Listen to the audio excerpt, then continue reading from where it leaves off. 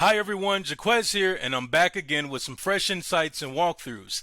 In this video, we're going to take a look at Calendly's buffer feature. Now, what is this feature? The buffer feature in Calendly allows you to add time between back-to-back meetings. Now, this ensures you have a break to prepare for the next meeting, take notes, or simply take a breather. Now, buffers can be configured either globally for all your event types or individually for a specific event type. Now it's time to dive into an exciting demo led by Bailey where we'll witness buffers in action. Let's get started. During our desktop demo, I'm going to be going over how to add buffers to my customer calls so that way I have time to prepare my notes, presentations, and any outstanding tasks before my next call. Before adding a buffer, it's important to understand your daily task and how long they take you in tandem with how many meetings you usually have per day. Now that I've found the event, I need to go into the event type settings by clicking on the toggle icon and selecting Edit. From there, I need to go to our schedule settings and then I'll select buffer time. Because I need time before and after my customer calls to wrap up my other customer work, I'm going to select the before and after event buffer time options. So I'm going to click on the drop-down menu on the left-hand side of our screen, and from there, I'm going to make both the before and after event buffers 30 minutes. Please note that these do not have to be the same time increments. For example, if I go back in the drop-down, I can make the before event buffer 15 minutes. However, I'm going to change it back to 30 minutes, and then from there, I'm going to click Save and Close. Now that we talked about buffers, let's talk about how buffers affect calendars.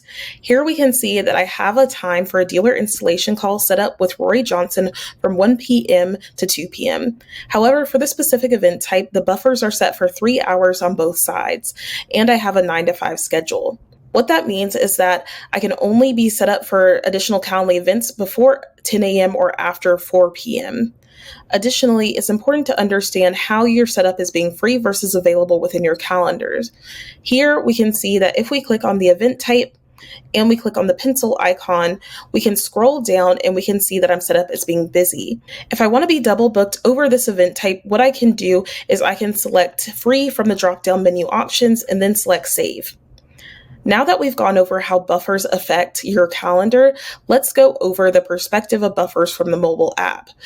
In this video that we're about to see, you'll see how you can navigate buffers using the mobile app. Once you're in the homepage of the Calendly app, you'll want to go to the arrow for the specific event type that you'd like to edit the buffers for.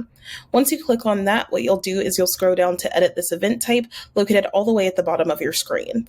From there, what you'll want to do, select scheduling settings, then navigate to the event limits section and select buffer time. From there, you can choose a buffer time between 0 minutes to 3 hours max. Once you're done making those changes, you'll select Save and Close. So how do you turn off buffers? Go back to the scheduling section within the event limits area and then go to buffer time. From there, you can see the before and after event drop-down menu options, and you'll select 0 minutes for both. Once you're done with that, you'll select Save and Close. Buffers allow you to put more time back into your day to focus on what matters most in between your meetings. This applies to a wide range of industries. So for recruiters, this means that they have time to debrief after calls with the other recruiters that were on the panel interview. For teachers, this means that they can compile notes before a student advisory meeting. For salespeople, they can make sure that they're prepping before they're traveling to their sales calls. And for our financial or Calendly for Revenue teams, this allows wealth managers and bankers to be able to compile their agenda and notes before meeting with a client. These are some of the tips and tricks to take into consideration. So something to take into consideration is your connected calendar. So for example, with Calendly, buffers can only apply to your Calendly events. However, they will take your connected calendar into consideration and will not overlap over them.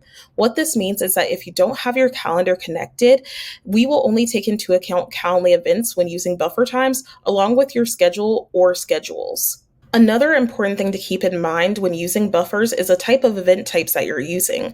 For example, if you use round robin event types, buffers can cause uneven distribution throughout the people who are using the round robin event type. Additionally, if you use collective event type, if you're using buffers, even if it just applies to your schedule, it can skew the amount of slots that are shown within that particular event type. That's it for today. We've covered some really important points about buffers and how they can help you reclaim your time back in your day and how you can use these features to level up your customer experience. I hope these tips help you streamline your scheduling process.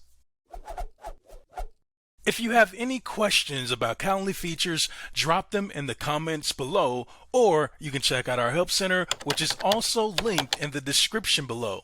While you're here, hit that subscribe button, like this video, and share it with those who would find it useful. Stay tuned for our next video where we'll dive deeper into Calendly features. Until then, happy scheduling.